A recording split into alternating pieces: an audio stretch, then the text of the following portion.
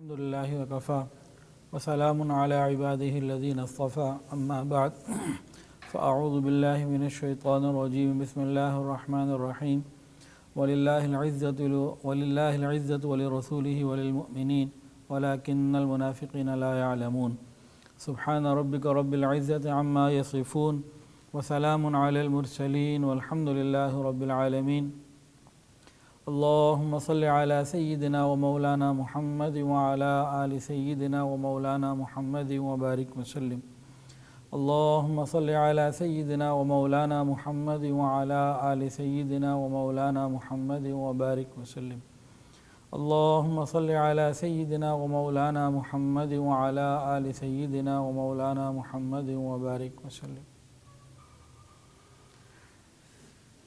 سیرت پروگرام چل رہا ہے لیکن شعبان کا مہینہ قریب ہے تو اس لیے کچھ باتیں شعبان سے متعلق ہو جائیں بلکہ کچھ رجب سے بھی متعلق ہو جائیں۔ اس وقت جو مہینہ ہے یہ ماہ رجب ہے، یہ حرمت والا، عزت والا، برکت والا مہینہ ہے۔ رجب کے مہینے کے احکامات، پورے مہینے میں کوئی خاص عبادت نہیں، اس مہینے میں جو بھی عبادات زیادہ کرے گا ثواب زیادہ پائے گا، حرمت والا مہینہ۔ اور رجب کے مہینے میں جو اللہ کی نافرمانی کرے گا، گناہ کرے گا، زیادہ گناہ ملے گا کہ حرمت والا مہینہ ہے۔ نہ شب معراج سے متعلق کوئی روزہ ہے، نہ کوئی اور رجب کے اعتبار سے کوئی مستند روزے ہیں۔ ہاں 13، 14، 15 ایام 20 کے روزے وہ سارا سال ہیں، علاوہ رمضان تو رجب میں بھی ہیں۔ رہ گئی شب معراج، تو واقعہ معراج بہت بڑا عظیم واقعہ ہے، لیکن نبی علیہ السلام کی مبارک زندگی میں واقعہ معراج تو ہو گیا تھا، لیکن یہ مکہ میں ہوا، پھر 10 سال آپ مدینہ میں رہے ہجرت کے بعد، کہیں بھی معراج کے واقعے کے اعتبار سے کوئی عبادت کسی بھی قسم کی نبی علیہ السلام سے، صحابہ سے، تابعین سے، تبع تابعین سے منقول نہیں۔ تو گویا رجب کا مہینہ پورا مہینہ عزت اور حرمت والا، لیکن اس کی کوئی خاص الگ سے عبادت رجب ہونے کی وجہ سے کہ یہ مہینہ رجب کا ہے کوئی بھی چیز نہیں ہے، کوئی بھی چیز۔ جس طرح بعض لوگ رجب کے کنڈے کر لیتے ہیں تو ان کی بھی کوئی حقیقت نہیں۔ یہ رجب کی بات ہو گئی۔ اب آتے ہیں ہم شعبان کی طرف۔ ہاں رجب میں ایک بات بہت اہم ہے کہ رجب سے نبی علیہ السلام رمضان کا انتظار اور اس کی دعائیں شروع کر دیتے تھے۔ اللہم بارک لنا فی رجب و شعبان وبلغنا رمضان، اے اللہ رجب اور شعبان میں برکتیں عطا فرما اور رمضان تک پہنچا۔ اب شعبان کی بات ہے۔ شعبان ایک بہت برکت والا مہینہ، اور اس کی خصوصیت اس لیے بھی ہے کہ یہ رمضان سے پہلے کا مہینہ ہے، یہ رمضان کی تیاری کا مہینہ ہے۔ شعبان میں تمام لوگوں کو رمضان کی تیاری کرنی چاہیے۔ کہتے ہیں ویل پلان ہاف ڈن، صحیح طریقے سے پلان کر لیں گے تو بس کام کرنا آسان ہو جائے گا۔ تو علماء اور مشائخ کی ذمہ داری یہ آتی ہے کہ وہ رمضان کے حوالے سے لوگوں کو تربیت دینا شروع کریں، مزاج بنانا شروع کریں، معلومات دینا شروع کریں۔ عوام کی ذمہ داری یہ ہے کہ وہ رمضان کی تیاری کے لیے اپنے آپ کو ذہنی طور پر، جسمانی طور پر ٹھیک کرے، تیار کرے۔ ایک ہمارے دوست ہیں، ان کا عجیب عمل ہے، وہ یہ کہتے ہیں کہ میں ہر سال شعبان میں اپنے سارے ٹیسٹ کروا لیتا ہوں، شوگر کا بھی اور باقی بھی، اور رمضان کو کیسے مینیج کرنا ہے اس کے حساب سے پھر میں اپنی ڈائٹ کو، چیزوں کو شعبان میں ہی مینیج کرتا ہوں تاکہ رمضان کے روزے میں آسانی سے رکھ سکوں۔ تو کتنی خوبصورت بات ہے۔ ان کو مختلف بیماریاں ہیں، تو وہ کہتے ہیں کہ میں ہر سال شعبان میں رمضان اچھا گزارنے کے لیے اپنی ساری جو چیزوں کو الائن کرتا ہوں تاکہ رمضان میرا اچھا گزرے۔ تو ہمیں بھی چاہیے کہ رمضان اچھا گزارنے کے لیے تیاریاں کریں۔ تو شعبان کا مہینہ بہت خیر و برکتوں والا مہینہ ہے، اور نبی کریم صلی اللہ علیہ وسلم شعبان کے مہینے میں خاص طور سے اور کثرت سے روزے رکھا کرتے تھے۔ رمضان کا مہینہ تو پورا روزوں کا ہی ہے، لیکن باقی مہینوں میں جتنی کثرت سے روزے نبی علیہ السلام شعبان کے مہینے میں رکھتے تھے اور کسی مہینے میں نہیں رکھا کرتے تھے۔ یعنی رمضان کی تیاری ہی کو سمجھ لیجئے۔ پھر نبی علیہ السلام نے فرمایا کہ رمضان کے صحیح حساب کی غرض سے شعبان کے چاند اور اس کی تاریخوں کو خوب اچھی طرح محفوظ رکھو، یعنی اہتمام رمضان۔ ایک اور حدیث کے اندر آتا ہے کہ شعبان کے چاند کی حفاظت کا جتنا اہتمام نبی علیہ السلام کرتے تھے کسی اور مہینے کا نہیں کرتے تھے۔ تو شعبان کی تاریخیں ہمیں یاد رکھنی چاہیے، بالخصوص آخر میں جا کے۔ نبی علیہ السلام کثرت سے شعبان میں روزے رکھتے تھے۔ شعبان کے مہینے کی فضیلت کی ایک بہت بڑی وجہ 15 شعبان، نصف شعبان کی رات ہے۔ رمضان کا مہینہ ایک وجہ ہے، لیکن شعبان ختم ہونے کے بعد اور درمیان میں نصف شعبان یعنی 15 شعبان کی رات ہے۔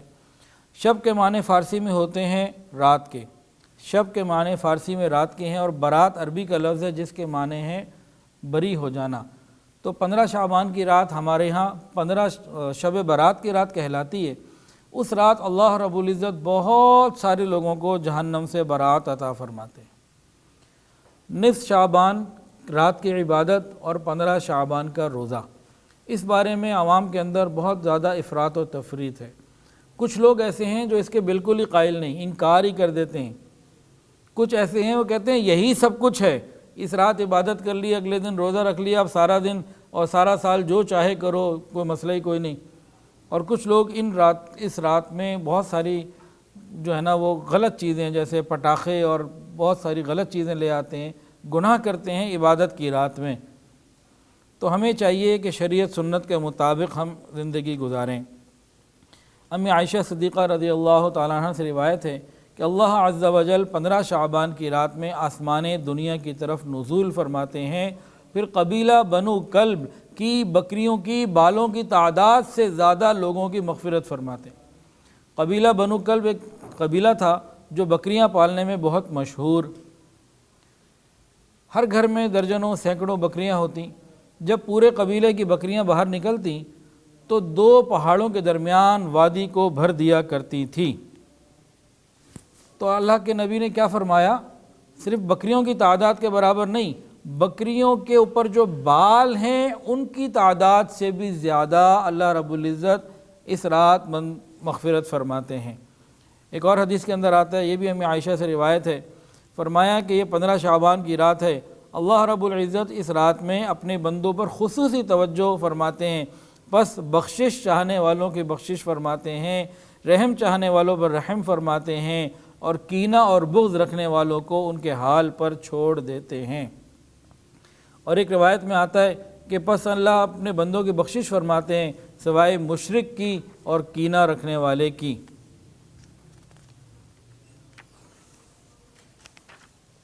ناحق قتل کرنے والا، اس کی بھی مغفرت نہیں ہوتی۔ یہ رات ایسی ہے کہ بہت بڑی تعداد میں مسلمانوں کی مغفرت ہوتی ہے، لیکن 6 ایسے لوگ ہیں جن کی اس مبارک رات میں بھی مغفرت نہیں ہوتی۔ نمبر 1، کفر یا شرک رکھنے والا، کافر ہو یا مشرک، اس کی مغفرت نہیں ہوتی۔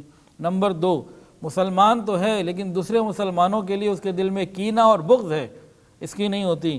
نمبر 3، رشتہ داریاں توڑنے والا، اس کی مغفرت نہیں ہوتی۔ نمبر 4، کسی کو ناحق قتل کر دینے والا، اس کی مغفرت نہیں ہوتی۔ نمبر 5، والدین کا نافرمان، اس کی بھی مغفرت نہیں ہوتی۔ اور نمبر 6، یہ زنا کرنے والے جو زانی لوگ ہوتے ہیں، مرد ہو یا عورت، ان کی بھی مغفرت نہیں ہوتی۔ تو اس رات ہمیں کرنے کی کیا ضرورت ہے؟ توبہ۔ اس رات کو ہم توبہ کے ساتھ گزاریں، اللہ رب العزت سے معافی مانگیں۔ اگر ہم ان 6 لوگوں میں ہیں تو یقین کر لیجئے پھر ہماری مغفرت اگر توبہ نہ کی پھر نہیں ہوگی۔ ہمیں اپنے آپ کو توبہ کے ذریعے یہاں سے نکالنا ہوگا۔ اب سوال اس رات میں کون سی عبادت کی جائے اور کیا عبادت کی جائے اور کیسے کی جائے، اس کا جواب یہ ہے کہ کوئی چیز منقول نہیں ہے۔ عبادت کی رات ہے، دعا کی جائے، توبہ کی جائے، استغفار کی جائے، تلاوت قرآن کی جائے، کم سے کم عشاء اور فجر جماعت سے پڑھیں اور درمیان میں گناہ کوئی نہ کریں۔ کوئی خاص نفل، کوئی خاص چیز نہیں ہے۔ پوری رات جاگنا ضروری ہے کہ آدھی رات جتنا آسانی سے جاگ سکیں کہ فجر اور عشاء یہ قضا نہ ہو۔ ساری رات جاگتے رہے اور فجر قضا ہو گئی تو یہ بہت بڑا نقصان کا سودا ہے۔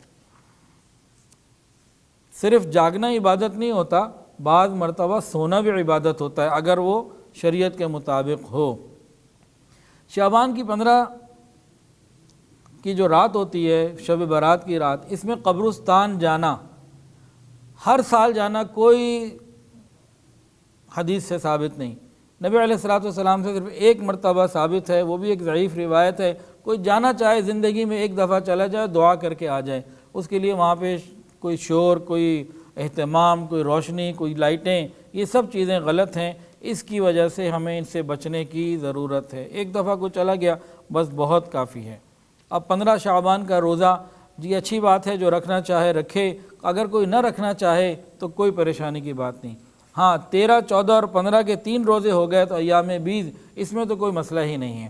تو 15 شعبان کا روزہ کوئی رکھنا چاہے اچھی بات ہے رکھے، نہ رکھنا چاہے نہ رکھے، کوئی ایسی پریشانی کی بات نہیں۔ تو شب برات میں جو کام کرنے والے ہیں نا، عشاء اور فجر اپنے وقت پر ادا ہوں، گناہوں سے بچنے کا مکمل اہتمام ہو، توبہ اور استغفار کی جائے، اور اپنے لیے، مسلمانوں کے لیے، پوری امت کے لیے صحت، عافیت، سلامتی اور برکتیں مانگی جائیں۔ جتنا سہولت اور آسانی سے ممکن ہو انسان دعا میں، استغفار میں، تلاوت میں، اعمال میں، نفل میں اپنے آپ کو لگا لیں اور گناہوں سے اپنے آپ کو بچائے۔ یہ شعبان کے مہینے کے بارے میں خلاصہ ہے۔ اب ہم چلتے ہیں اپنے اصل موضوع کی طرف، سیرت نبی کے اوپر۔ جمادی الاول 4 ہجری، غزوہ بنو نذیر کا آپ واقعہ پچھلی دفعہ سن چکے ہیں۔ اس کے بعد ربیع الاول سے لے کے جمادی الاولیٰ تک نبی علیہ السلام مدینہ طیبہ میں مقیم رہے۔ جمادی الاولیٰ شروع ہوا تو نبی علیہ السلام کو اطلاع ملی کہ قبیلہ بنی محارب اور بنی ثعلبہ آپ کے مقابلے کے لیے ایک لشکر جمع کر رہے ہیں، لوگوں کو تیار کر رہے ہیں۔ تو حضور صلی اللہ علیہ وسلم نے 400 لوگوں کو لیا اور آپ نے پیش قدمی کی، نجد کی طرف روانہ ہوئے۔ تو وہاں لڑائی کی تو نوبت نہیں آئی، لیکن نبی علیہ الصلوۃ والسلام وہاں پہ جب یہ لوگ نبی علیہ الصلوۃ والسلام پہنچے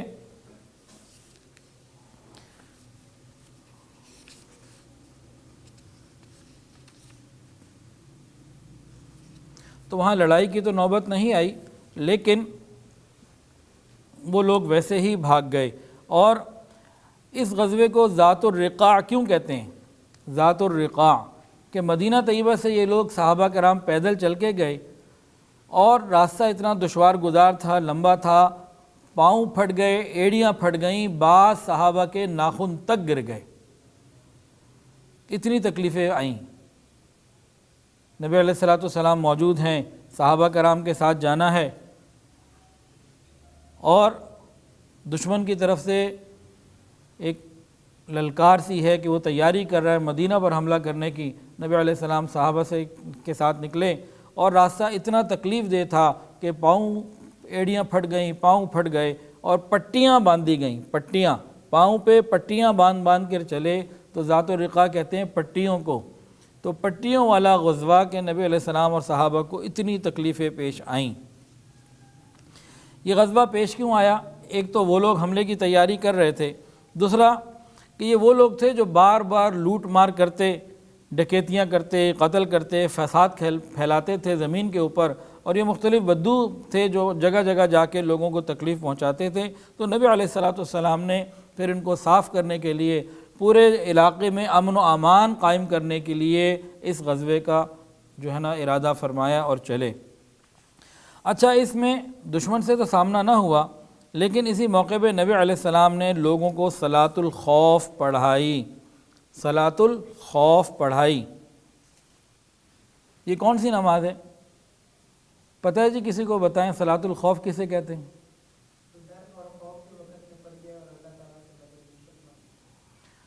جزاک اللہ۔ ہم تو امن کے وقت میں نہیں نماز پڑھتے، صحابہ نے نبی علیہ السلام کی موجودگی میں صلاۃ الخوف پڑھی۔ قرآن مجید میں 5ویں سپارے میں سورہ نساء کے اندر اس کی تفصیلات موجود۔ خلاصہ اس کا کچھ اس طریقے سے ہے، اس کے ایک سے زیادہ طریقے ہیں، ایک طریقہ عرض کر دیتا ہوں تاکہ ہمیں نماز کا اہتمام سمجھ میں آ جائے۔ وہ کیا تھا کہ دشمن کا خوف ہے۔ کون سا دشمن؟ جو جان کا دشمن ہو، اسلحہ لے کے موجود، ادھر مسلمان موجود، سامنے دشمن موجود ہے، نماز کا وقت ہو گیا، اب اللہ کا حکم آ گیا نماز تو پڑھنی ہے۔ اب طریقہ کیا ہوگا کہ امام جو ہے 2 رکعت، اگر مسافر ہے تو 2 رکعت نماز پڑھائے گا، جو فوج ہے یہ 2 حصوں میں تقسیم ہو جائے گی، آدھی تو اپنی پوزیشنز پر رہے گی، محاذ پر رہے گی کہ دشمن جو ہے وہ تو چاہتا ہے کہ ایک ہی دفعہ میں حملہ کر کے تم سب کو برابر کر دے، تو اللہ نے فرمایا کہ آدھے لوگ جو ہیں اپنی پوزیشنز پر کھڑے رہیں، باقی آدھے لوگ بڑے ہتھیار اتار کے تھوڑے ہتھیار اپنے پاس رکھے، چھوٹے ہتھیار، اور امام کے پیچھے 1 رکعت نماز پڑھے۔ امام نے 2 پڑھنی ہے، یہ آدھے لوگ جو 1 رکعت پڑھ چکے ہیں، اب یہ 1 رکعت پڑھ کے نماز چھوڑ کر آ جائیں دشمنوں کی طرف، محاذ پر آ جائیں، اور وہ جو محاذ پہ کھڑے تھے یہ واپس امام کے پیچھے آ جائیں اور امام کے پیچھے یہ نماز پڑھے۔ امام کی 2 پوری ہو گئی، ان کی 1 ہو گئی۔ اب امام بھی اپنی پوزیشن پہ چلا جائے گا اور پیچھے جو لوگ ہیں یہ دوسری رکعت کو پورا کریں گے، یہ پوزیشن پہ جائیں گے تو وہ والے واپس آ کے نماز پڑھیں گے۔ تو نبی علیہ السلام نے تو صحابہ کو اس طرح نماز پڑھائی ہے۔ ہم تو گھر میں نماز ایسی قضا کر دیتے ہیں، پرواہ کوئی نہیں ہوتی۔ فجر کی نماز تو مہینے میں 30 دن آتے ہیں نا، تو شاید 30 میں سے 32 دن قضا ہوتی ہے بعض لوگوں کی، تو 30 میں سے 32 قضا کیسے ہوتی ہے کہ مہینوں نہیں پڑھتے فجر کی نماز اپنے وقت پہ۔ ان الصلاۃ کانت علی المؤمنین کتابا موقوتا، کہ نماز کو اللہ نے اپنے وقت کے اوپر فرض قرار دیا ہے، ہر نماز اس کے وقت میں پڑھنی ہے، فجر کے وقت میں، ظہر کے وقت میں، عصر کے وقت میں۔ تو نبی علیہ السلام نے اس موقع کے اوپر صلاۃ الخوف باقاعدہ پڑھائی اور قرآن مجید میں اس کے احکامات نازل ہوئے۔ تو ہمیں چاہیے کہ ہم امن کے زمانے میں کم سے کم گھر پہ ہی نماز پڑھ لیا کریں، عورتیں گھر پہ، مرد حضرات مسجد میں، مطلب نماز پڑھ لیا کریں۔ ہم تو بالکل نکمے ہوتے چلے جا رہے ہیں۔ اچھا، واپسی پہ نبی علیہ السلام اور صحابہ کرام ایک جگہ آرام کر رہے تھے، اور صحابہ کرام نبی علیہ السلام کے لیے احتراماً جو ہے نا کیا کرتے، جو کوئی آرام کرنے کی، بیٹھنے کی کوئی جگہ ہوتی تو بہتر جگہ آپ کو دیتے۔ اور نبی علیہ السلام کے لیے اس وقت بھی کیا ہوا، ایک سایہ دار درخت تھا، نبی علیہ السلام کو وہ پیش کیا گیا، آپ اس کے نیچے آرام فرمائیں، اور صحابہ ارد گرد آ گئے۔ نبی علیہ السلام آرام فرما رہے ہیں، اتنے میں ایک کافر آیا اور نبی علیہ السلام کے سامنے تلوار تان کے کھڑا ہو گیا۔ آپ سو رہے تھے، آپ کی آنکھ کھلی، کہنے لگا آپ کو مجھ سے کون بچائے گا؟ نبی علیہ السلام لیٹے ہوئے ہیں، بغیر ہتھیار کے، اس کے بعد تلوار ہے۔ نبی علیہ السلام نے فرمایا اللہ، اس کے ہاتھ سے تلوار گر گئی۔ نبی علیہ السلام نے تلوار پکڑی اور اس کی طرف رخ کر کے فرمایا تجھے کون بچائے گا؟ تو خیر معافی مانگنے لگ گیا۔ تو اس طریقے سے یہ معاملہ پیش آیا، اور یہ معاملہ 2 دفعہ بھی آیا ہے، اور بعض کتابوں میں ہے کہ 1 دفعہ بھی آیا، کیونکہ پیچھے یہ واقعہ ہم سن چکے ہیں۔ اور وہ شخص کلمہ پڑھ کے مسلمان بھی ہو گیا، نبی علیہ السلام پر ایمان بھی لایا، وعدہ بھی کیا کہ آج کے بعد میں مسلمانوں سے نہیں لڑوں گا۔ پھر وہ شخص واپس گیا اور اپنی قوم میں جا کے کہا کہ میں تمہارے میں انسانوں میں سب سے بہترین انسان سے مل کر آ رہا ہوں۔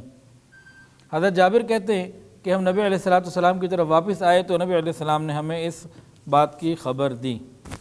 اچھا، یہاں ایک اور واقعہ بھی عجیب پیش آیا، یہ بھی نماز سے متعلق ہے۔ نماز کا شوق اللہ کرے مجھے اور آپ کو لگ جائے تو زندگی میں برکتیں آ جائیں، پریشانیاں دور ہو جائیں۔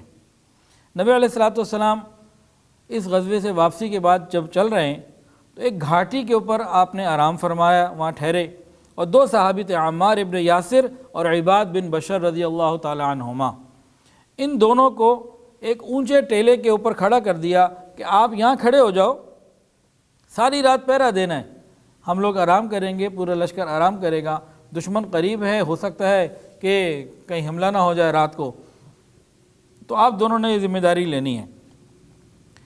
اب یہ دونوں ٹیلے کے اوپر کھڑے ہو گئے، دشمن تو قریب تھا۔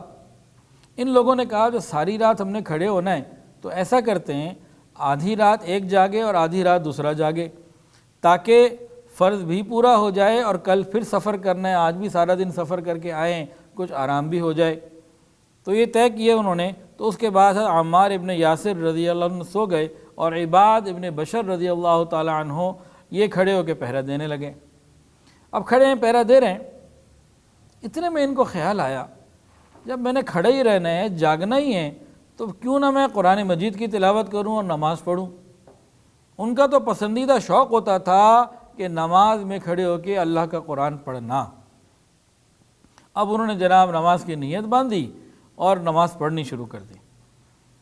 کسی روایت میں کہ سورہ کہف کی تلاوت ہے، کسی میں ہے کہ سورہ یوسف کی تلاوت ہے۔ بہرحال قرآن مجید کی تلاوت شروع کر دی۔ دشمن قریب تھا، اس کو محسوس ہو گیا کہ سامنے کوئی ہے، تو ایک لوہے کا تیر اس نے مارا، جسم کے اندر لگا، خون کا فوارہ نکلا، وہ قرآن پڑھتے رہے۔ ایک اور تیر مارا، پھر خون نکلا، لیکن وہ قرآن پڑھتے رہے۔ پھر ایک اور تیر آیا، وہ تیر کو نکالتے رہتے تھے اور قرآن پڑھتے رہتے، تیروں پہ تیر کھاتے رہے، قرآن پڑھنا نہیں چھوڑا۔ اتنے میں جب تیر زیادہ آ گئے نا اور خون خاصا نکل گیا، تو ان کے دل میں یہ خیال آیا کہ ہمیں رسول اللہ صلی اللہ علیہ وسلم نے یہاں ڈیوٹی پہ کھڑا کیا ہے، ایسا نہ ہو کہ زیادہ خون بہہ جانے کی وجہ سے میں بے ہوش ہو جاؤں اور فرض منصبی میں خلل آ جائے جو حضور نے دیا ہے۔ تو فوری طور پر جلدی جلدی نماز پوری کی، اور جو صحابی صورت عمار ابن یاسر، ان کو اٹھایا، کہا کہ اٹھو، کھڑے ہو جاؤ، دشمن قریب ہے۔ انہوں نے دیکھا تو کہا پہلے کیوں نہیں اٹھا دیا؟ کہا کہ اٹھایا صرف اس لیے ہے کہ فرض منصبی فوت نہ ہو جائے، ورنہ جو صورت میں پڑھ رہا تھا، اگر سورہ کہف تھی، سورہ کہف یا سورہ یوسف کو پڑھے بغیر میں کبھی بھی اپنی نماز نہ پوری کرتا، ہاں تیروں پہ تیر کھاتا رہتا۔ یہ بھی تو کوئی قرآن سے محبت اور نماز سے محبت ہے نا۔ ہم تو نماز پڑھ رہے ہوں، مکھی سامنے آ جائے، ناک پہ بیٹھ جائے، ہماری نماز خراب ہو جاتی ہے۔ ہماری دور سے کوئی ہمیں آواز دے تو ہم ادھر متوجہ ہو جایا کرتے ہیں۔ اللہ تعالیٰ ہمیں بھی صحابہ کرام جیسی نماز پڑھنے کی توفیق عطا فرمائے۔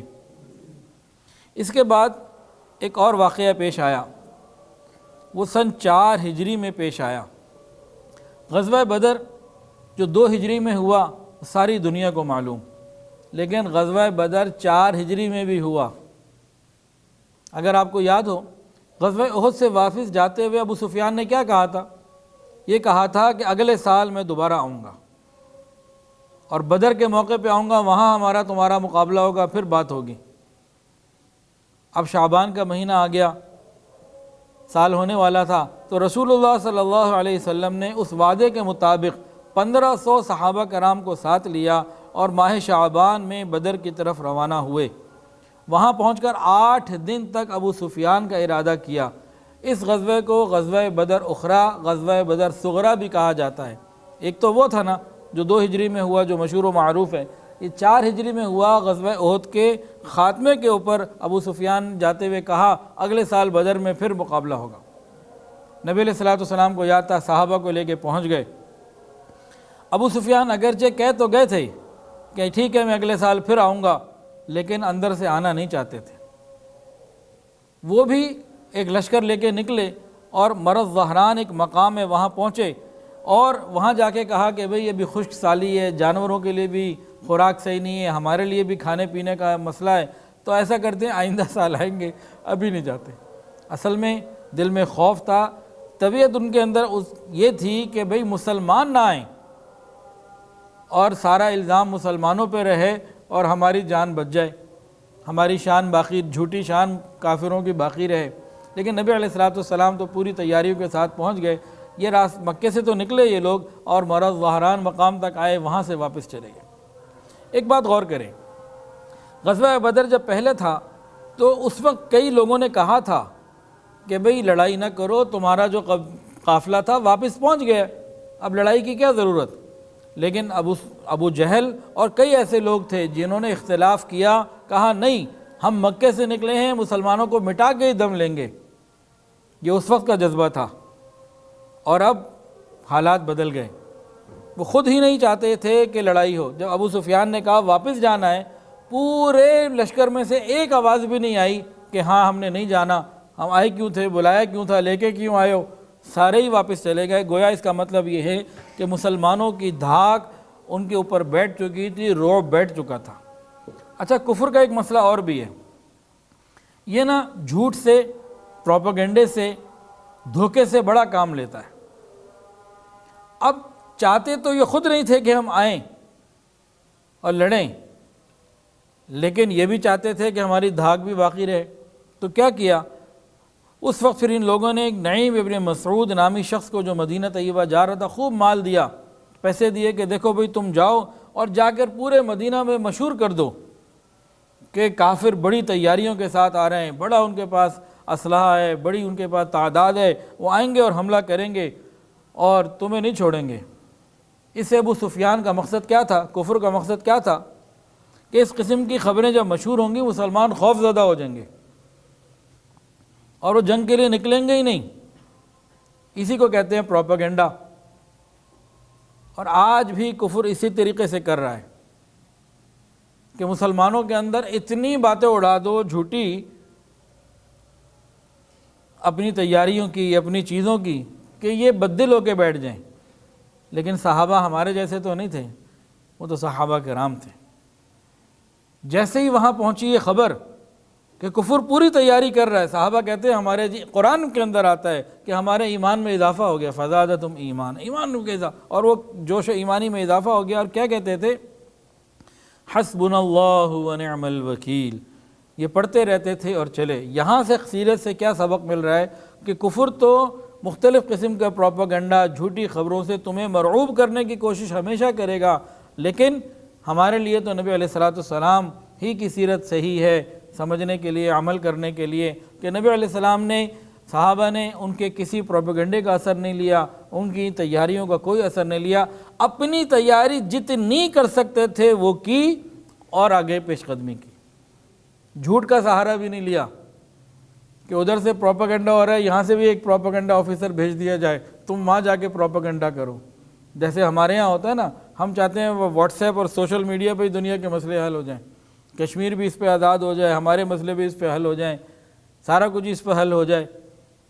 وہ کسی نے بڑا عجیب، بڑا مزیدار واٹس ایپ لکھ کے بھیجا تھا، کئی سال پہلے پڑھا تھا۔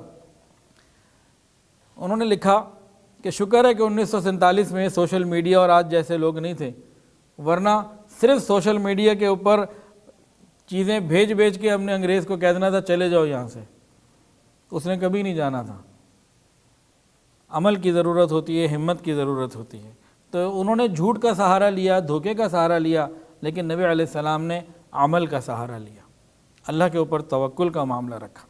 تو یہ چیزیں ہوتی ہیں جو بنیادی طور پر انسان کے اندر ہونی چاہیے۔ اچھا، یہ جو غزوہ ذات الرقاع ہوا اور اس کے بعد یہ غزوہ بدر صغریٰ ہوا، اس کے بعد کے حالات کیا ہوئے؟ غزوہ ذات الرقاع کیوں ہوا تھا؟ کہ وہ لوگ سنگدل تھے، فسادی تھے، لوٹ مار کرتے تھے، تو ایسے لوگوں کے اوپر مسلمانوں کا خوف آ گیا، وہ لوگ امن میں آ گئے۔ پھر بنی غطفان اور ان کے جو قبائل تھے، انہوں نے لڑائی کی تیاری کی تھی، جب نبی علیہ السلام نے پیش قدمی کی، آہستہ آہستہ وہ دب گئے، اور پھر کچھ عرصے کے بعد وہ سارے مسلمان ہو گئے۔ اور ان دو غزووں کے بعد کیا معاملہ ہوا؟ اب عرب کے اندر حالات سازگار ہونے لگے۔ مکہ کے 13 سال جو تکلیفوں کے گزارے تھے، اور یہ 4 سال جو نبی علیہ السلام نے ایسے گزارے کہ ہر دوسرے تیسرے مہینے، چوتھے مہینے کبھی کوئی مسئلہ آ گیا، ہر طرف سے خطرات تھے۔ اب مسلمانوں کی ایک دھاک بیٹھنے لگی اور اب رخ بدل رہا ہے۔ اب ہوائیں نبی علیہ السلام کے لیے اور صحابہ کے لیے، مسلمانوں کے لیے سازگار ہونے جا رہی ہیں۔ انہی غزوات کے بعد بڑے بڑے شہروں میں، ممالک میں فتوحات کا راستہ ہموار ہونا شروع ہوا، کیونکہ مسلمانوں کے لیے، اسلام کے لیے حالات اب سازگار کافی درجے میں ہو گئے تھے، اور کفر کے اوپر ایک خوف اور ایک معاملہ آ گیا تھا، جس کی وجہ سے ایک رکاوٹ پیدا ہو گئی تھی، مسلمانوں کے لیے تبدیلی آ چکی تھی۔ اچھا، 4 ہجری میں ہم اس وقت موجود ہیں، تو 4 ہجری میں حضرت امام حسین رضی اللہ تعالیٰ عنہ کی پیدائش ہوئی۔ 3 ہجری میں ہوئی تھی کن کی؟ حضرت امام حسن رضی اللہ تعالیٰ عنہ کی، اور 4 ہجری میں حضرت امام حسین رضی اللہ عنہ کی پیدائش ہوئی۔ 4 ہجری ماہ شعبان میں ہوئی تھی، اور اسی سال جمادی الاولیٰ میں حضرت عثمان ابن عفان رضی اللہ تعالیٰ عنہ، ان کا ایک بیٹا تھا، 6 سال کی عمر تھی، اس بچے کا انتقال ہو گیا، اور وہ بچہ جنت میں چلا گیا۔ یہ جو چھوٹے بچوں کا انتقال ہو جاتا ہے نا، اس میں بڑی رحمت ہوتی ہے۔ یہ بیچارہ معصوم خود تو جنت میں جائے گا ہی جائے گا، ساتھ ماں باپ کو بھی لے کے جائے گا۔ قیامت کے دن اس کو کہا جائے گا جاؤ جنت میں، کیونکہ میرے ماں باپ کدھر ہیں؟ اگر اس کے ماں باپ گناہ گار ہوئے تو بتایا جائے گا تو انہوں نے تو بڑا گناہ کیا تھا، تو گناہ گار ہیں، ابھی نہیں جا سکتے۔ ہاں، یا اللہ گناہ کیا ہوتا ہے؟ مجھے تو نہیں پتہ گناہ کیا ہوتا ہے۔ یا تو مجھے ان کے ساتھ بھیج یا ان کو میرے ساتھ بھیج۔ تو یہ اللہ تعالیٰ سے شفاعت کرے گا، درخواست کرے گا، ہر چھوٹا بچہ مسلمانوں کا جو بالغ ہونے سے پہلے دنیا سے چلا گیا، یہ خود بھی جنت میں جائے گا اور والدین کو بھی جنت میں لے کے جائے گا۔ اچھا، ہے تو غم کی بات، چھوٹے بچے کا انتقال ہو جائے، حادثہ بہت بڑا ہے، غم بہت بڑا ہے، لیکن اجر بھی بہت بڑا ہے، صبر کرنے کی ضرورت ہے۔ سید حسین احمد مدنی رحمۃ اللہ علیہ کے بارے میں نے کسی کتاب میں پڑھا تھا بچپن میں، کہ ان کو کوئی خبر لے کر آتا کہ جی بچے کا، چھوٹا بچہ تھا، انتقال ہو گیا، وہ غمگین ہوتا، وہ کہتے ہیں بھائی یہ تو مٹھائی لے کے آنے والی بات ہے، وہ خود بھی جائے گا تمہیں بھی جنت میں لے کے جائے گا۔ اصل میں نظر دیکھنی ہے نا کدھر جاتی ہے، یہ تو زبردست قسم کا جنت کا ٹکٹ ہو گیا۔ تو صبر کرے انسان اور اللہ سے رحمت کی اور مغفرت کی امید رکھے، تو بہت بڑی فضیلت ہے اس کی، غم بھی بہت بڑا ہے، اس میں بھی کوئی شک نہیں۔ اچھا، یہ بچہ بڑا ہو جاتا، ہم اس کی صحیح تربیت کر پاتے نہ کر پاتے، وہ جنت میں جاتا ڈائریکٹ یا نہ جا پاتا، کیا ہوتا، وہ تو بہت سارے آپشن اس کے بعد ہے نا۔ ابھی تو 100% جنت میں جا رہا ہے، تو اس لیے ماں باپ کے جن کے ساتھ یہ معاملہ ہو، صبر بھی کریں اور شکر بھی کریں کہ وہ ہم سے اچھی جگہ پہنچ گیا۔ اب نہ تربیت کرنے کی ضرورت رہی اور نہ کوئی اس کے لیے حساب کتاب کا معاملہ رہا، اس کے لیے بھی آسانی اور ہمارے لیے بھی آسانی۔ تو حضرت عثمان غنی رضی اللہ عنہ کا بیٹا 6 سال کی عمر کے تھا، عبداللہ اس کا نام تھا، عبداللہ ابن عثمان، وہ جمادی اولیٰ 4 ہجری میں ان کا انتقال ہوا۔ یہ سب واقعات ہمیں سبق دیتے ہیں، بچے کا انتقال ہوا، نبی علیہ السلام نے تسلی دی، یہ سب باتیں جب آتی ہیں تو انسان کو ایک تسلی مل جاتی ہے سیرت سے۔ اسی سال رمضان المبارک میں نبی علیہ السلام نے حضرت زینب بنت خزیمہ رضی اللہ تعالیٰ عنہ سے نکاح کیا۔ یہ ام المساکین کہلاتی ہیں اور نبی علیہ السلام سے ان کی شادی اسی وقت میں ہوئی، سن 4 ہجری میں۔ اچھا، حضرت سیدہ زینب بنت خزیمہ رضی اللہ تعالیٰ عنہ ام المساکین، ان کی جو والدہ تھیں ان کا نام تھا ہند بنت عوف رضی اللہ تعالیٰ عنہ۔ ان کی بڑی عجیب شان ہے ہند بنت عوف کی، بہت بڑے بڑے حضرات، نامی گرامی مسلمان ان کے داماد بنے۔ کون کون؟ حضرت ابوبکر صدیق رضی اللہ تعالیٰ عنہ داماد بنے، حضرت حمزہ رضی اللہ تعالیٰ عنہ، حضرت عباس رضی اللہ تعالیٰ عنہ، حضرت علی رضی اللہ تعالیٰ عنہ، حضرت جعفر رضی اللہ تعالیٰ عنہ، یہ سب ان کے دامادوں میں ہیں۔ اور ان سب کے سردار حضرت محمد مصطفیٰ احمد مجتبیٰ سرکار دو عالم صلی اللہ علیہ وسلم بھی ان کے داماد بنے، بلکہ 2 مرتبہ داماد بنے، دوہرے داماد۔ پہلے تو شادی ہوئی زینب رضی اللہ تعالیٰ عنہ سے، اور حضرت زینب کی جب نبی علیہ السلام سے شادی ہوئی تو صرف 8 مہینے کے بعد ان کا انتقال بھی ہو گیا، تو ان کے بعد ان کی جو بہن تھیں حضرت میمونہ، ان سے شادی ہوئی۔ تو ہند بنت عوف کا کتنا بڑا مقام ہے کہ نبی علیہ السلام 2 مرتبہ داماد بنے اور بڑے بڑے اکابر صحابہ ان کے داماد بنے۔ اچھا، ایک اور بات، نبی علیہ السلام کی ٹوٹل ازواج مطہرات کتنی تھیں بتائیں ذرا، کوئی کسی کو معلوم ہے جی؟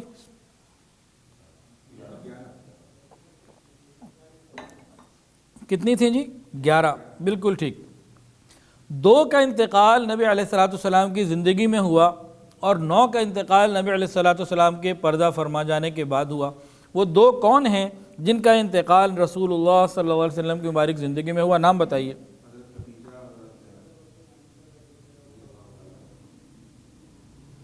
ہاں جی، حضرت خدیجہ رضی اللہ تعالی عنہ جو سب سے پہلی بیوی تھیں، اور دوسری یہ حضرت زینب رضی اللہ تعالی عنہ ام المساکین ان کا لقب تھا، اور یہ لوگوں کے ساتھ بہت خیر کا معاملہ کیا کرتی تھیں، اور صرف 8 مہینے ہی نبی علیہ السلام کی زوجیت میں رہیں، لیکن قیامت تک کے لیے اپنا نام ان کا امر ہو گیا، اور نبی علیہ السلام کی زوجہ بننے کے بعد پوری امت کی ماں بن گئی۔ کتنا بڑا مقام اللہ نے عطا فرما دیا، سبحان اللہ۔ اس کے بعد نبی علیہ السلام نے 4 ہجری میں رمضان المبارک میں 4 ہجری میں ماہ شوال میں ایک اور شادی کی ام المؤمنین حضرت سلمہ رضی اللہ تعالی عنہ سے، ام سلمہ رضی اللہ تعالی عنہ سے۔ اس واقعے میں بھی بہت ساری چیزیں ہمارے لیے بہت سی سمجھنے والی ہیں۔ ام المؤمنین حضرت ام سلمہ رضی اللہ تعالی عنہ اپنے شوہر ابو سلمہ سے شدید محبت کرتی تھی، ٹوٹ کے محبت کرتی تھی، جیسی کرنی چاہیے بیوی کو، اور دونوں میں بڑی محبت تھی۔ اور حضرت ابو سلمہ بھی ان سے بڑی محبت کرتے، بڑا خیال کرتے، بڑی عزت دیتے۔ تو ایک جنا بڑا آئیڈیل جوڑا تھا، بڑی محبت تھی۔ تو ایک مرتبہ یہ دونوں میاں بیوی بیٹھے ہوئے تھے، تو ام سلمہ نے کہا ابو سلمہ سے کہ دیکھو بھئی، میں نے یہ سنا ہے اگر دونوں میاں بیوی مرد عورت جنتی ہوں اور کسی ایک کا پہلے انتقال ہو جائے اور دوسرا شادی نہ کرے تو اللہ تعالیٰ جنت میں دونوں کو جوڑ دیتے ہیں۔ تو آؤ پھر ایسا کرتے ہیں، ہم دونوں یہ ارادہ کرتے ہیں اگر میں پہلے چلی جاؤں پھر تم نے دوسری شادی نہیں کرنی، اور آپ کا انتقال ہو جائے تو میں پھر شادی نہیں کروں گی، تاکہ قیامت کے دن ہم اکٹھے رہیں، جنت میں بھی اکٹھے رہیں، دنیا میں بھی اکٹھے اور وہاں بھی اکٹھے۔ یہ جب بیوی نے بات کی نا تو حضرت ابو سلمہ رضی اللہ عنہ فرمانے لگے کہ میری بات مانو گی؟ ماننے کے لیے تو میں مشورہ کر رہی ہوں، ماننی تو ہے، بتائیے۔ فرمانے لگے کہ ام سلمہ بات یہ ہے، میری خواہش یہ ہے کہ میرے انتقال کے بعد تم دوسری شادی کر لینا، اور میری دعا یہ ہے کہ اللہ تمہیں مجھ سے بہتر شوہر عطا فرمائے، بہترین بدل عطا فرمائے۔ فرماتی ہیں کہ میں سوچتی تھی مجھے اس سے اچھا اور کیا ملے گا، اتنا اچھا اتنا پیارا شوہر، اس سے اچھا شوہر مجھے مل ہی نہیں سکتا۔ اللہ کی شان، اب ان کا انتقال ہو گیا۔ انتقال کے بعد پھر انہوں نے دعا مانگی، نبی علیہ الصلوۃ والسلام نے یہ دعا سکھائی ہے امت کو، انہوں نے دعا مانگی۔ یہ دعا کیا ہے؟ صحیح مسلم میں یہ روایت موجود ہے دعا کے بارے میں کہ جب بھی کسی بھی مسلمان کا کوئی نقصان ہو جائے، جانی نقصان ہو یا مالی نقصان ہو، تو کیا پڑھے؟ انا للہ و انا الیہ راجعون، اللہم اجرنی فی مصیبتی واخلف لی خیرا منہا۔ انا للہ و انا الیہ راجعون، اللہم اجرنی فی مصیبتی واخلف لی خیرا منہا۔ یہ صحابی رسول ہیں حضرت ام سلمہ رضی اللہ تعالی عنہ، ایک بہترین محبت کرنے والے، مددگار، معاون، محسن شوہر کا انتقال ہو گیا۔ انہوں نے یہ پڑھنا شروع کیا، اللہ سے مانگا اللہ مجھے بہترین نعم البدل عطا فرما، اور سوچ یہ تھی کہ اس سے بہتر کیسے مل سکتا ہے، یہ تو ممکن ہی نہیں ہے کہ اس سے بہتر مل جائے۔ پھر کیا ہوا؟ وہ یہ دعا مانگتی رہیں مانگتی رہیں مانگتی رہیں، اللہ تعالیٰ نے اپنے محبوب کو ان کا شوہر بنا دیا۔ تو بھئی حضور صلی اللہ علیہ وسلم، حضرت ابو سلمہ رضی اللہ تعالیٰ عنہ بہت اچھے تھے، لیکن نبی علیہ السلام ان سے بھی بہت اچھے تھے۔ آپ کا تو مقابلہ پوری کائنات میں کوئی نہیں کر سکتا۔ تو ہمارا کوئی بھی نقصان ہو جائے تو ہم یہ دعا مانگیں، اللہ بہترین نعم البدل عطا فرما دیتے ہیں۔ اچھا، حضرت ام سلمہ رضی اللہ تعالیٰ عنہ کے جب شوہر کا انتقال ہوا نا تو جناب صدیق اکبر رضی اللہ عنہ نے نکاح کے لیے پیغام بھیجا، انہوں نے منع کر دیا۔ پھر عمر فاروق رضی اللہ عنہ نے پیغام بھیجا، انہوں نے ان کے لیے بھی منع کر دیا، نہ کر دی۔ پھر کچھ عرصے کے بعد حضور صلی اللہ علیہ وسلم کا پیغام، نکاح کا پیغام حضرت عمر فاروق رضی اللہ عنہ لے کے ان کے پاس گئے، کہا ام سلمہ اب تمہارے پاس رحمت للعالمین کا پیغام آیا ہے، اب بولو کیا کرنا ہے۔ اب جو ہے نا کہنے لگیں کہ نبی علیہ الصلوۃ والسلام سے بہتر تو کوئی بات نہیں ہو سکتی ہے، لیکن چند باتیں ایسی ہیں وہ نبی علیہ الصلوۃ والسلام سے پہلے پوچھ لی جائیں تاکہ میں بعد میں کوئی گستاخی یا بے ادبی کی مرتکب نہ ہو جاؤں۔ کچھ باتیں ہیں وہ ذرا پہلے ہو جائیں۔ تو اب ام سلمہ رضی اللہ تعالی عنہا کو نبی علیہ السلام کا پیغام آیا ہوا ہے، یا یوں کہہ لیجئے لڑکے والوں کی طرف سے لڑکی کو پیغام آ گیا، لڑکی والوں کو، اب لڑکی والوں کی طرف سے کوئی بات جا رہی ہے۔ ان الفاظ سے نا بات سمجھنا آسان ہو جاتی ہے بعض موقعوں پہ۔ ایک تو انہوں نے کہا کہ عمر نبی علیہ السلام کو بتا دو میں بہت غیرت مند ہوں، یہ جو سوکن ہوگی نا یہ مجھ سے برداشت نہیں ہوگی، تو یہ مجھ سے برداشت نہیں ہو سکتی، ایک تو یا آپ جا کے بتائیں۔ دوسرا میرے بچے بھی ہیں، دو موجود تھے اور ایک جو ہے بھی پیدا ہونے والا تھا، اس طرح کی پوزیشن تھی۔ تو وضع حمل کے بعد 3 بچے اس وقت ہو گئے تھے ان کے، مطلب جس وقت ان کے شوہر کا انتقال ہوا 2 موجود تھے، تیسری حضرت زینب تھیں جو بعد میں پیدا ہو چکی تھیں۔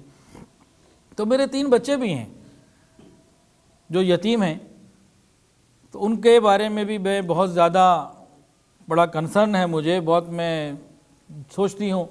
تو ایک یہ بڑا معاملہ ہے۔ تیسرا میری عمر اب زیادہ ہو چکی ہے، مجھ سے اولاد تو نہیں ہونے لگی۔ چوتھا میرا کوئی ولی بھی اب نہیں ہے، تو آپ جا کے نبی علیہ السلام سے یہ بات پوچھیں۔ نبی علیہ السلام کو جب یہ باتیں ملی تو نبی علیہ السلام نے فرمایا کہ جہاں تک تمہارے مزاج کی بات ہے نا کہ سوکن برداشت نہیں ہوگی، میں اللہ سے دعا کروں گا اللہ تعالیٰ تمہارے اس مزاج کو نرم کر دیں گے۔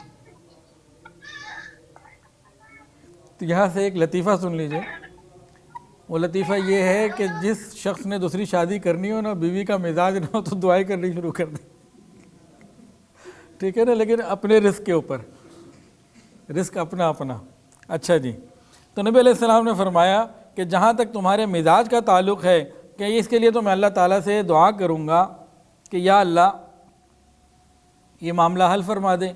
دوسری بھائی رہی بات تمہارے بچے جو پہلے خاوند سے ہیں، ام سلمہ، وہ تمہارے ہی نہیں ہیں، میرے بھی ہیں۔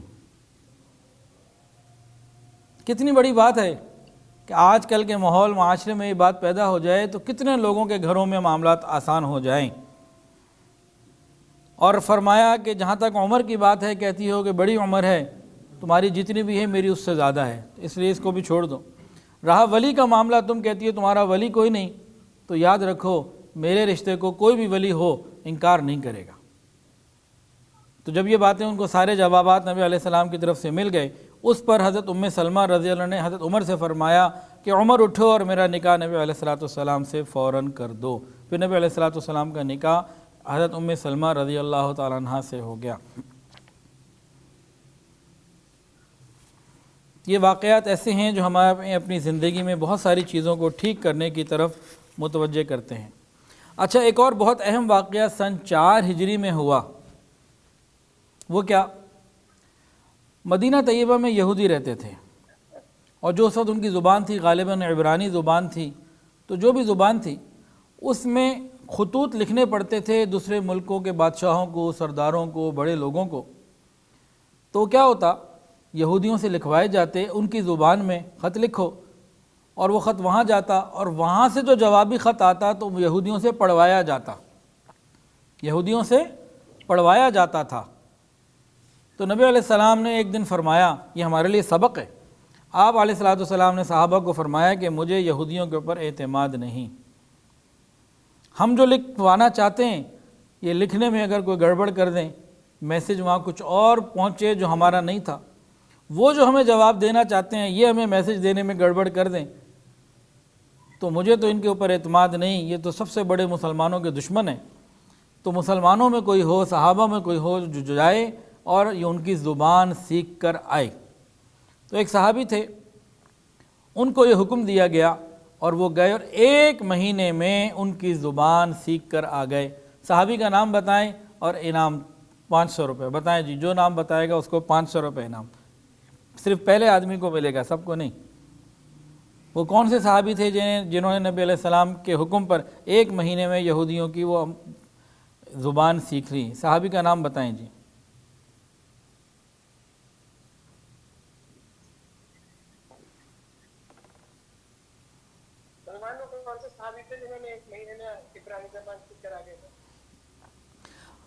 اچھا جی، صحابی کا نام سن لیجئے، زید ابن ثابت جی، جنہوں نے لکھ کے بھیجا ہے، بالکل ان کو جو ہے نا پھر انشاءاللہ یہ انعام مل جائے گا۔ جو یہاں موجود ہیں ان میں سے شاید کسی کو علم نہیں تھا، یاد نہیں تھا، تو صحابی ہیں زید ابن ثابت رضی اللہ تعالی عنہ، جنہوں نے نبی علیہ السلام کے فرمانے کے مطابق 1 مہینے کے اندر یہودیوں کی زبان سیکھی۔ اگلی بات بتاؤں آپ کو، ہمارے یہاں ہائر ایجوکیشن کے لیے بچوں کو دنیا بھر میں بھیجتے ہیں، کوئی آسٹریلیا جا رہا ہے، کوئی انگلینڈ جا رہا ہے، کوئی امریکہ جا رہا ہے، کوئی جرمن جا رہا ہے، ایسے ہی ہے نا جی، ہمارے ہاں باہر بھیجتے ہیں۔ صحابہ کرام کی زندگی میں نبی علیہ السلام کے پورے 1.25 لاکھ صحابہ کے مجمع میں نبی علیہ السلام کی زندگی میں یہ واحد صحابی ہیں جن کو آپ نے باہر بھیجا تعلیم کے لیے، تحصیل علم کے لیے، کہ جاؤ اور یہ ان کا فن، ان کی زبان سیکھ کر آؤ۔ اور غور کیجئے، جو سمجھانا چاہتا ہوں نا وہ بات سمجھیں۔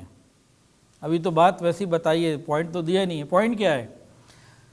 نبی علیہ السلام نے جب بات شروع کی تھی اقرا پڑھو، وحی کی بات جب شروع کی، اس وقت کیا پوزیشن تھی؟ وہ زمانہ جاہلیت کہلاتا ہے، اور آپ معلم بن کر آئے اور آپ نے ان جاہل لوگوں کو وہ تعلیم دی جس کے بعد وہ پوری دنیا کے امام بنے، پوری دنیا کے عالم بنے، پوری دنیا کے لیڈر بنے، پوری دنیا کے سربراہ بنے، پوری دنیا کے مشعل راہ بنے صحابہ۔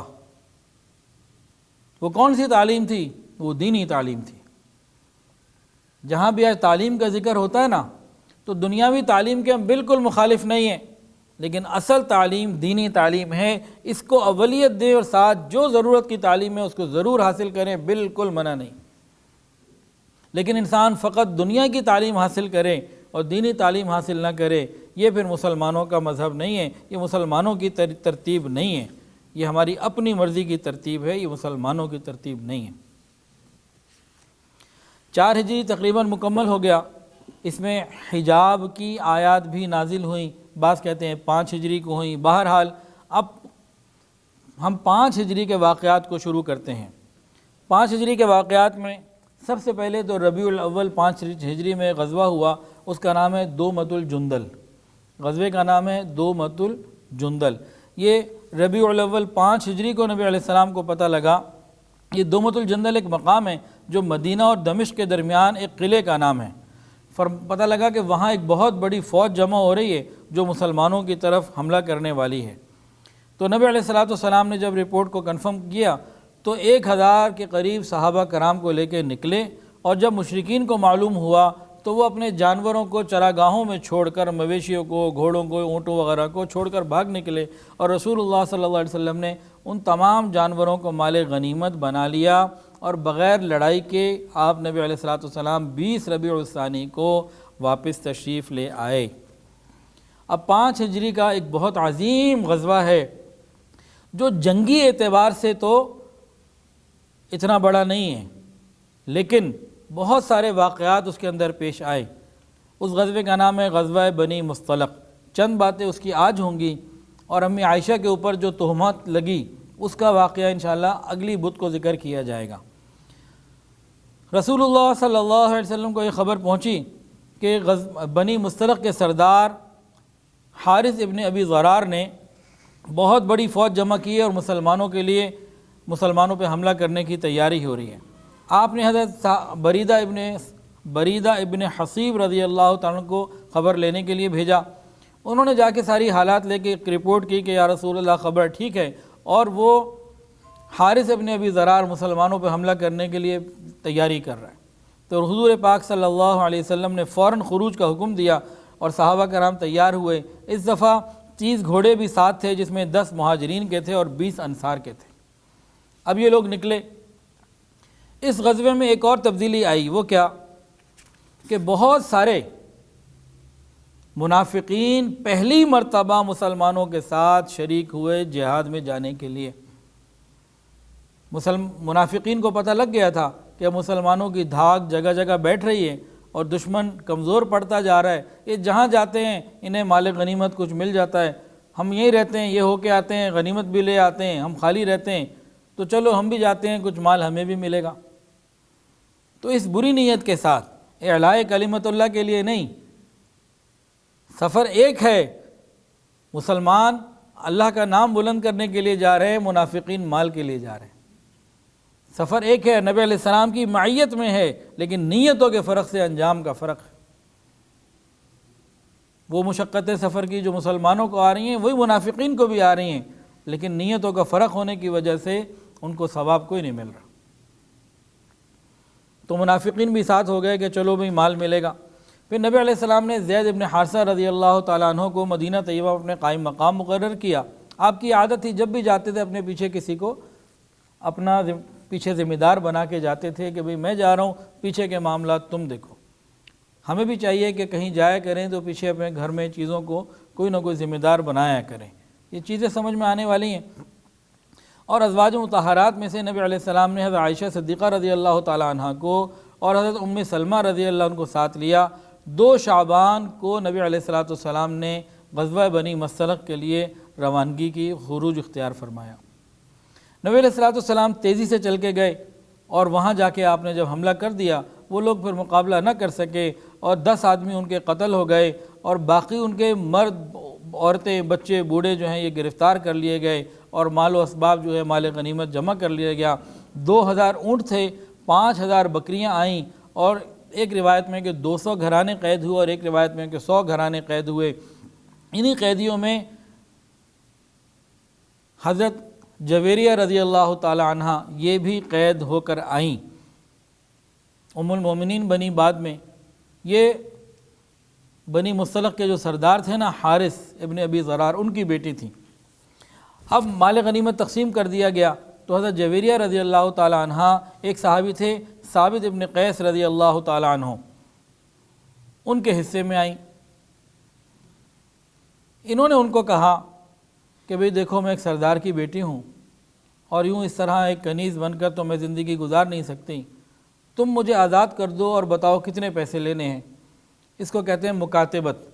تو حضرت ثابت ابن قیس رضی اللہ عنہ نے ایک بڑی اماؤنٹ بتا دی کہ ہاں ٹھیک ہے، تم اگر یہ مجھے دے دو تو تم آزاد ہو۔ اب ام المومنین جویریہ رضی اللہ عنہ اس وقت تک تو مسلمان نہیں ہوئی تھیں، یہ نبی علیہ السلام کی خدمت میں حاضر ہوئیں۔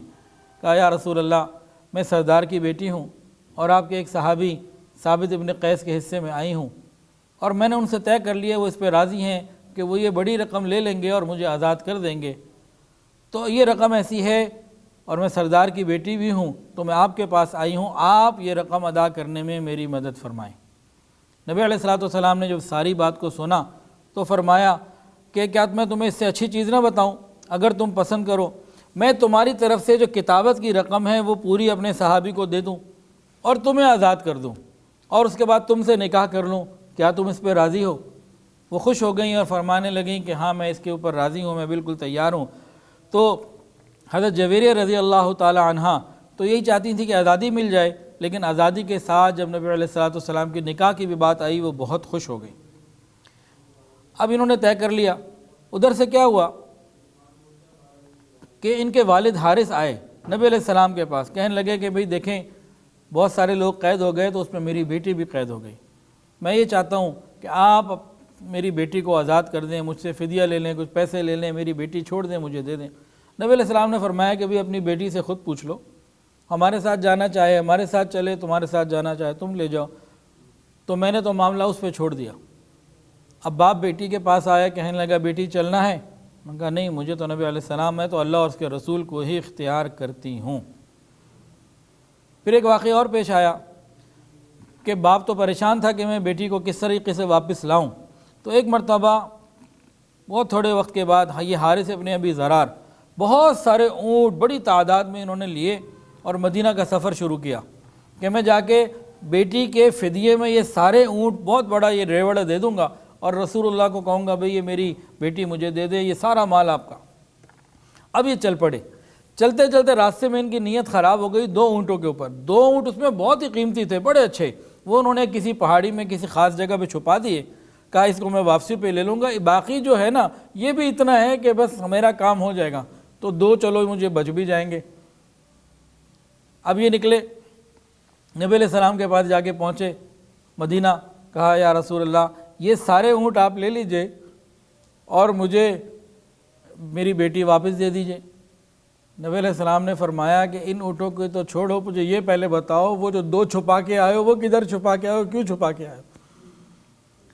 جیسے نبی علیہ السلام نے یہ فرمایا نا تو فوراً کلمہ پڑھ کے مسلمان ہو گئے، کہنے لگے اشہد انک رسول اللہ، میں گواہی دیتا ہوں آپ اللہ کے رسول ہیں۔ وہ 2 میں نے ایسی جگہ چھپائے ہیں میرے سوا کسی کو نہیں پتا، اللہ ہی جانتا تھا اور تو کسی کو نہیں پتا، اس کا مطلب ہے آپ اللہ ہی کے رسول ہیں، اللہ نے آپ کو خبر دے دی۔ وہ کلمہ پڑھ کے مسلمان ہو گئے۔